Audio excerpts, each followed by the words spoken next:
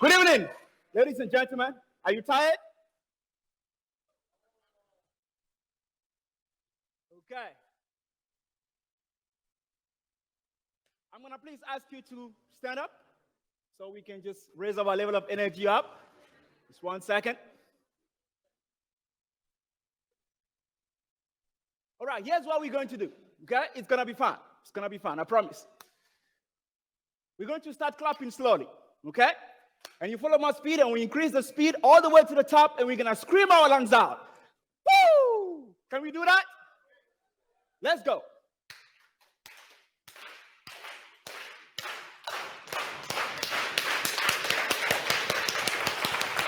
Whoa! Woo! Thank you. You are awesome. That was awesome, ladies and gentlemen. Well, before any of my talk, some of you in this room have seen me speak before. Before any of my talk, I always have 3 rules. One was just demonstrated. The first rule is nobody knows it all. I know a little bit, you know a little bit, we come together, we get to know more. The second rule is to be real with you. If it's A, I call it A. If it's B, I call it B. If it's a spade, I'll call it a spade. And the third rule is to have fun, like we just did right now. Now, I need your agreement so I can carry on. Can we have fun?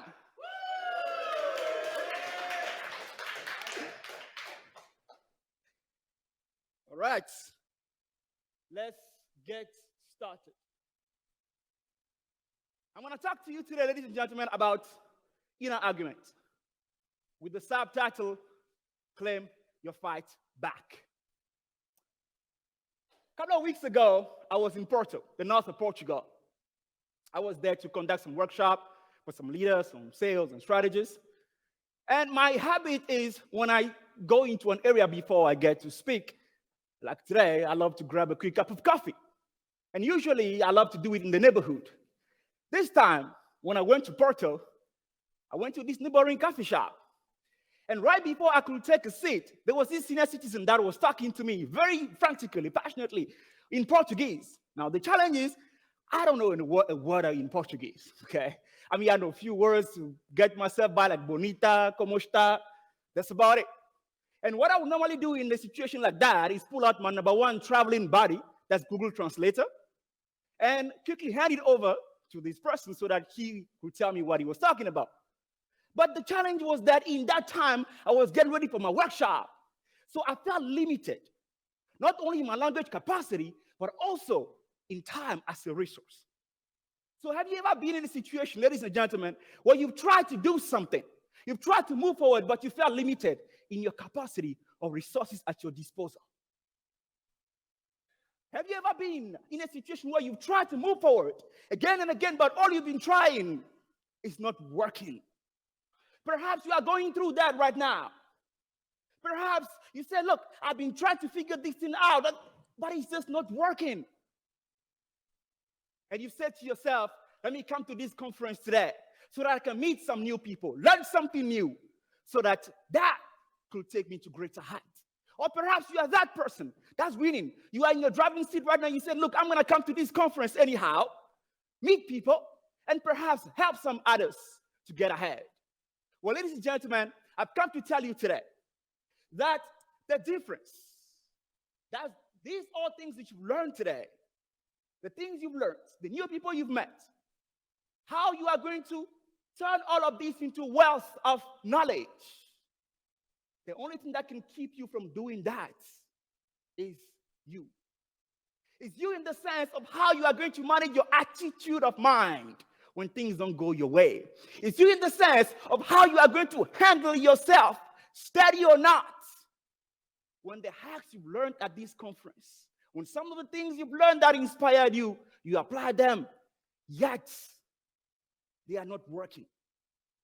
It's you in the sense of how you are going to handle yourself when there's a clash being born, everything you know, convinced about, and the little voices in your head that say, what if it doesn't work?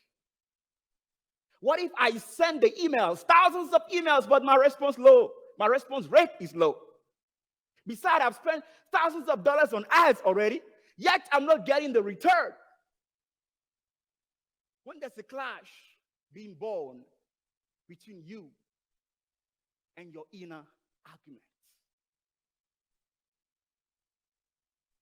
After my TEDx talk in Netherlands, I was invited to this networking event. And, many networking events, I really like to just focus on 2 or 3 people, get their numbers, get their LinkedIn, and follow up later. Well, this networking event was no difference. I went there. I saw the director of the center at which this networking event was being held at, and I went to him. You see, at the time, I had an idea, and it's called VRHCB, Virtual Reality Human Capital Booster.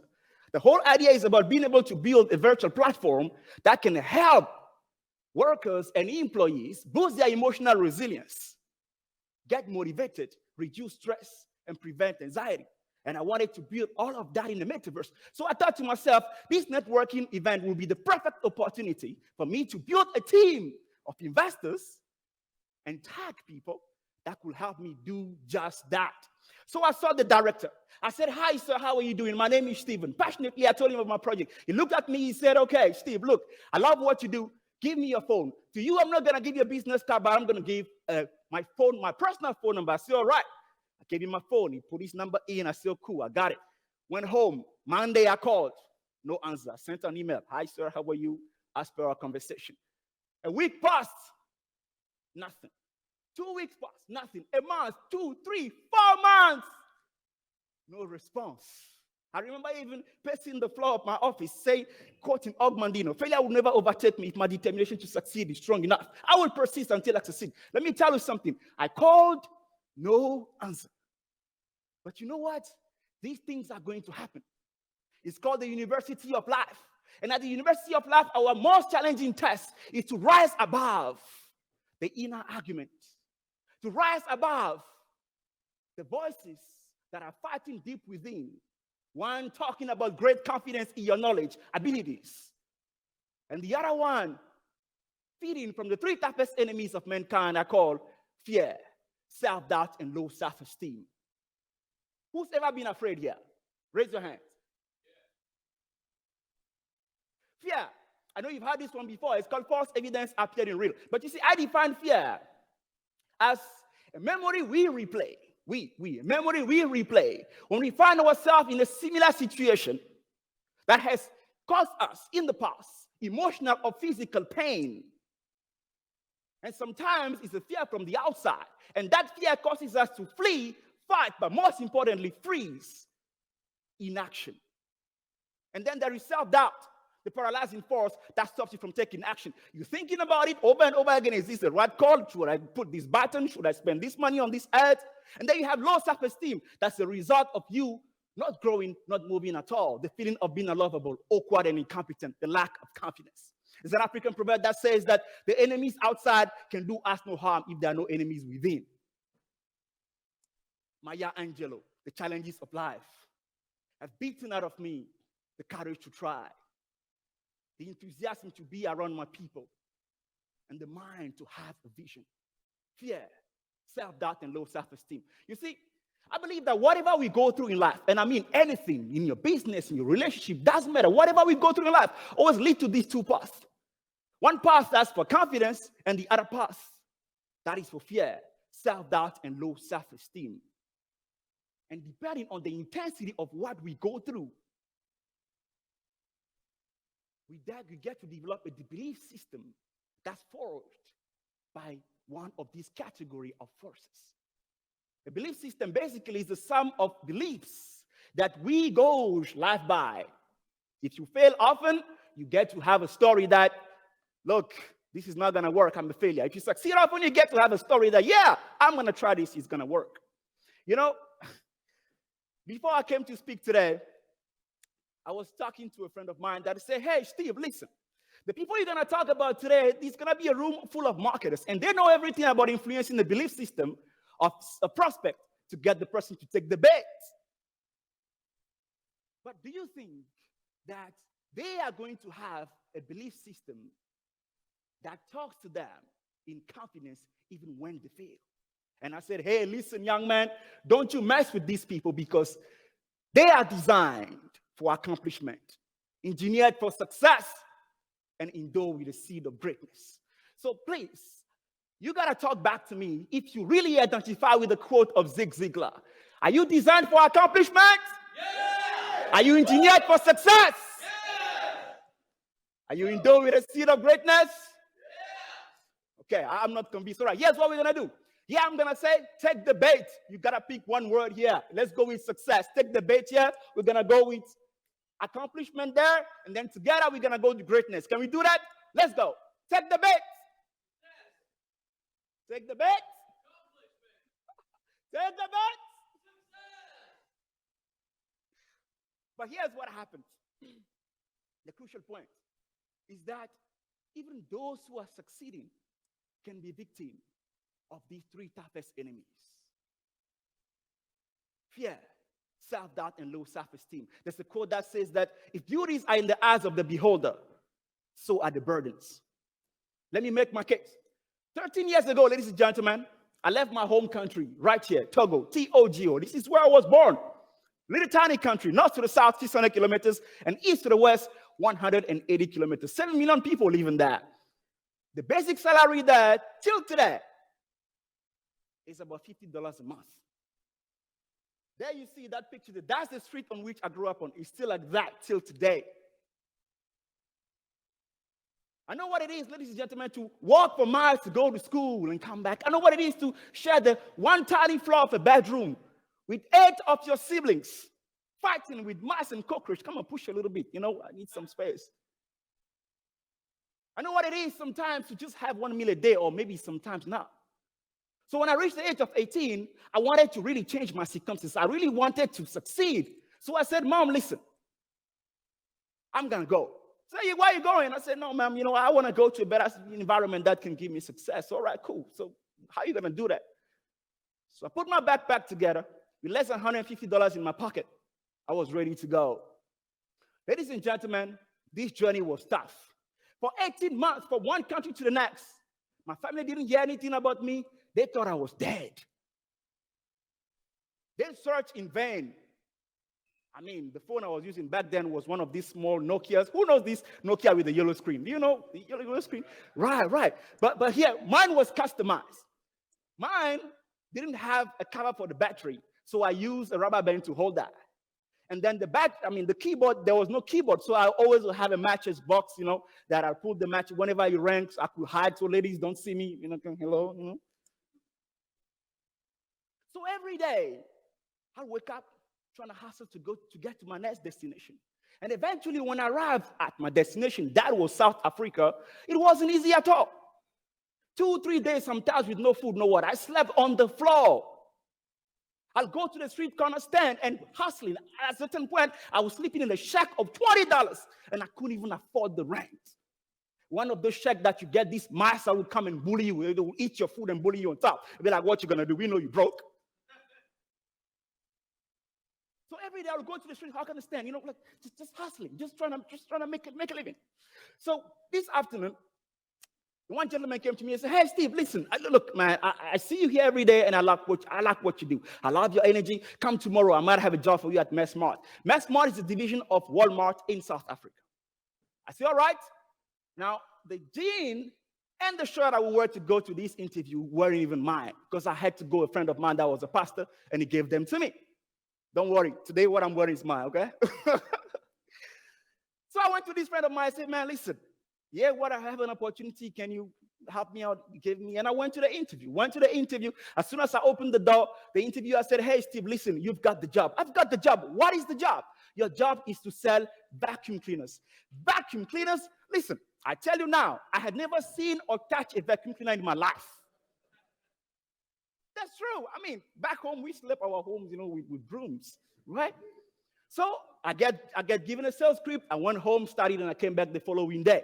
From that day, I worked for 3 years, non-stop, 7 days a week, 10, 15 hours. Weekend, I'll go door to door, in-store, doing, hi, ma'am, how are you? If you can give me a moment of your time, I want to tell you why.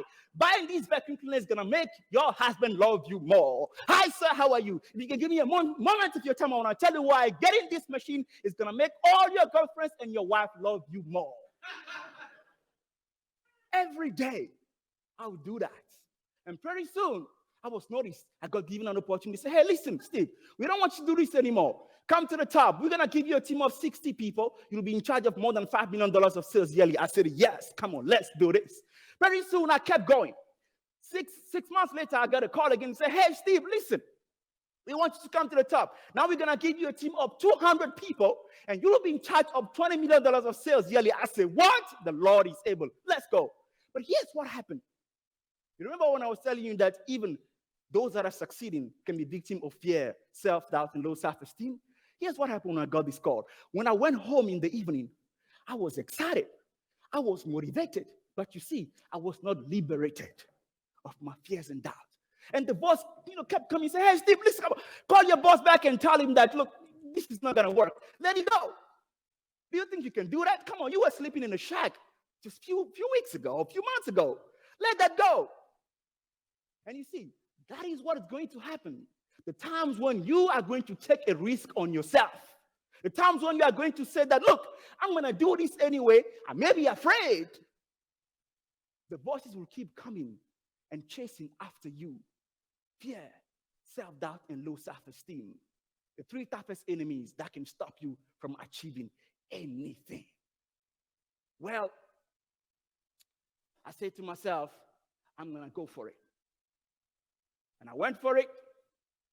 And the greatest part of that is what led me to where I am today. So, ladies and gentlemen, my question is this. How do you hold on to a story of success? How do you keep going? How do you fight your own fears and doubt and low self-esteem? How do you keep yourself to a story of greatness even when you've been doing is fail over and over and over again? How do you hold on to yourself and say, I'm going to do this? And say, this is my story. And say, this is mine. Give it to me. I'll own it. How do you do that?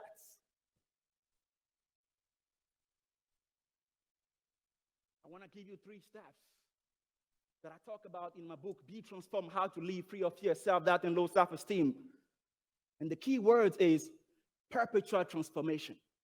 It's ongoing. Transformation is defined as the change of one's outer form from how it was to another, which is the result of an inner change. Do not conform to the things of your world, but be transformed by the renewing of your mind. So how do you renew your mind? First step, let's go quickly. We don't have enough time. First step is DYS. Write this down. DYS, define your success. My friend Simon said something earlier. He's made over $130 million so far. He said, look, it's not about money. Earl Nightingale says that success is the progressive realization of a worthy ideal. Whatever ideal you've had when you started your business, whatever ideal you have when you've gotten on this job, whatever ideal that makes you wake up in the morning, and if you haven't found it, then you got to find it. Whatever ideal that it is for you, as long as you find yourself every day taking a step, progressing one step at a time, as long as you have that ideal, that is for you. Number 2, PTYP, pick and take care of your people. Choose your people. Life is about a team. I always have a say that choose the people that even when you are a seed, see in you a forest. I remember when I wanted to, start this speaking. I had just gotten out of corporate, started a business, didn't go well, and I wanted to start speaking and coaching. There were people that were telling me, "Hey, listen, just drop that stuff. It's not for you." At the end of the day, you African, who's gonna hire you to speak? And those people that believe in me are the ones that I held on to, and those that had a story to hold me back, I cut them. Number 3, CLR, cultivate leaders routine. For the past 11 years, every morning when I wake up, I do 100 push-ups, 70 sit-ups, and I listen to something positive, right, to renew my mind. So even when I didn't have the tapes or maybe the data back then to go to YouTube and listen to something, I'll go to a friend of mine. His name is Olisi. I'll say, "Hey, bro, knock, knock. Please borrow me your tape. I want to recondition myself." And I'll be there listening to the words of Zig Ziglar. Everything you believe in, you can achieve. Listening to the words of Robert Schuller, tap never lasts, but tap people always do. Listening to the words of Dr. Miles Monroe, the greatest tragedy of life is not death, but to live a life without a purpose. Listening to the words of Dr. Norman Vincent Peale, every day you are awake, do your best, and God will do the rest. Listening to the words of Earl Nightingale, we are all self-made, but only the successful one will admit it. Listening to the words of Og Mandino, telling you that today, you begin a new life. Today, you shed your old skin, which has too long suffered the bruises of failure and the wounds of mediocrity.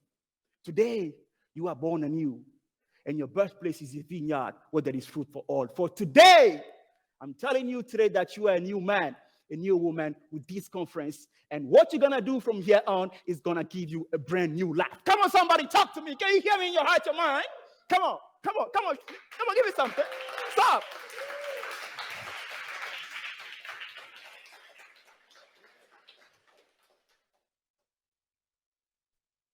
I'm going to leave you with this story. I remember when I arrived at my first destination, that was South Africa. I got a job in a warehouse. And that warehouse was, unfortunately for me, owned by a very racist South African. And this guy, he had no full stop. Every word he could find, he will use. He will hit me, and he will do all kinds of things to me. One Saturday afternoon, he said, "Hey, man, listen, you're going to go and offload this 40-foot container of cement." Now, I was small, tiny. Now I've got some muscles, I got muscles, right? So I went, worked, and until about 11 p.m. on empty stomach, I passed out. And when I came back the following day, he wasn't like, "Hey, Steve, are you okay? Like, what's happening?" As soon as he saw me, now when I'm doing this, ladies and gentlemen, these are beatings, okay? He was like, "Hey, you bloody monkey.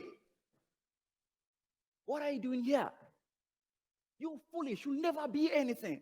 And these are beatings, bam, bam, bam. Let me tell you something. I stood there, and I was like, why? Why this? Is this simply because I wanted to succeed? Is it simply because I wanted to achieve my dreams? I stood there and I went down.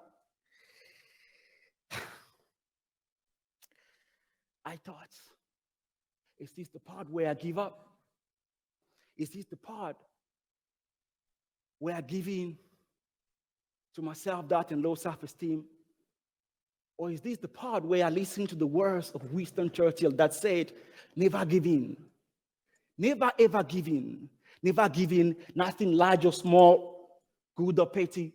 Never give in except to convictions of honor and good sense." I stood there and I thought. And this quote that you see here came to me in that moment that says that life is a current. Whatever each direction and force, where I beat you down or where I beat you up, what you've got to do is to keep sailing ahead. Because you are the captain of your soul. Because everything that you will achieve will always start from you. So I've got to say, I want to leave you with. And it says that winning is not always easy. It's okay to fail sometimes. It's human to have fears and doubts. But if there's one chance in a billion, 1 in a trillion for you to rise with strength and tenacity, strength and capacity, I would love to hold your hands. As a matter of fact, we've got to hold each other's hands. So together, we can take the leap of faith. My name is Stephen Dossou, all the way from Togo, T-O-G-O. Remember, you can be great, and I will see you on top. Thank you very much.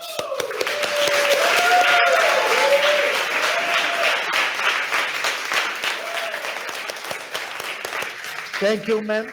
Thank you for your energy, your power. Thank you very much.